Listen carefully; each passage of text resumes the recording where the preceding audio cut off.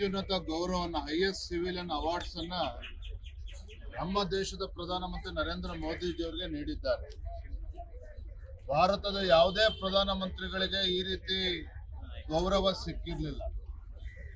ಅಂದ್ರೆ ಇಡೀ ವಿಶ್ವವೇ ನರೇಂದ್ರ ಮೋದಿಜಿಯವರ ನಾಯಕತ್ವವನ್ನ ಒಪ್ಕೊಳ್ತಾ ಇರ್ತಕ್ಕಂಥ ಸಂದರ್ಭದಲ್ಲಿ ಎಐಸಿಸಿಯ ಅಧ್ಯಕ್ಷರಾಗಿರುವಂತಹ ಮಲ್ಲಿಕಾರ್ಜುನ್ ಖರ್ಗೆ ಅವರು ನರೇಂದ್ರ ಮೋದಿಜಿ ಅವ್ರನ್ನ ಭಯೋತ್ಪಾದಕರು ಅಂತೇಳಿ ಅವ್ರನ್ನ ಹೇಳಿಕೆ ನೀಡಿರುವಂತದ್ದು ಭಾರತೀಯ ಜನತಾ ಪಾರ್ಟಿ ಅಷ್ಟೇ ಅಲ್ಲ, ಇಡೀ ದೇಶ ಇದನ್ನ ಬಲವಾಗಿ ನಾವು ಖಂಡಿಸ್ತಾ ಇದ್ದಾರೆ.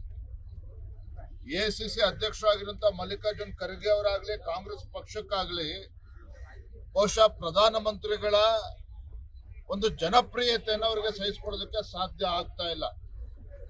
ಅತ್ಯಂತ ಹಿಂದುಳಿದ ಸಮಾಜಕ್ಕೆ ಸೇರಿರ್ತಕ್ಕಂಥ ನರೇಂದ್ರ ಮೋದಿಜಿಯವರು ದೇಶದ ಪ್ರಧಾನಮಂತ್ರಿಗಳಾಗಿ 12 ವರ್ಷಗಳ ಕಾಲ ನಿರಂತರವಾಗಿ ಈ ದೇಶವನ್ನ ಮುನ್ನಡೆಸ್ಕೊಂಡು ಹೋಗ್ತಾ ಇದ್ದಾರೆ. ಇದನ್ನ ಇವರಿಗೆ ಸಹಿಸಿಕೊಳ್ಳೋದಕ್ಕೆ ಸಾಧ್ಯ ಆಗ್ತಾ ಇಲ್ಲ. ದಿನೇ ದಿನೇ ಕಾಂಗ್ರೆಸ್ ಪಕ್ಷ ಈ ದೇಶದಲ್ಲಿ ಕುಸಿತಾ ಇದೆ.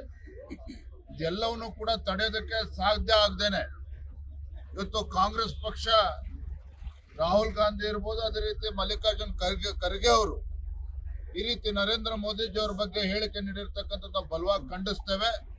ನಾವು ಆಗ್ರಹ ಪಡಿಸ್ತೇವೆ. ತತ್ಕ್ಷಣ ಮಲ್ಲಿಕಾರ್ಜುನ್ ಖರ್ಗೆ ಅವರು ನರೇಂದ್ರ ಮೋದಿಜಿ ಅವರೆಲ್ಲ ದೇಶದ ಜನರ ಕ್ಷಮೆಯನ್ನ ಅವ್ರು ಕೇಳಬೇಕು ಅಂತೇಳಿ ಈ ಸಂದರ್ಭದಲ್ಲಿ ಆಗ್ರಹ ಪಡಿಸ್ತಾ ಇದ್ದೇವೆ. ಸಂಪೂರ್ಣ ನ್ಯೂಸ್, ಇದು ನೊಂದವರ ಧ್ವನಿ.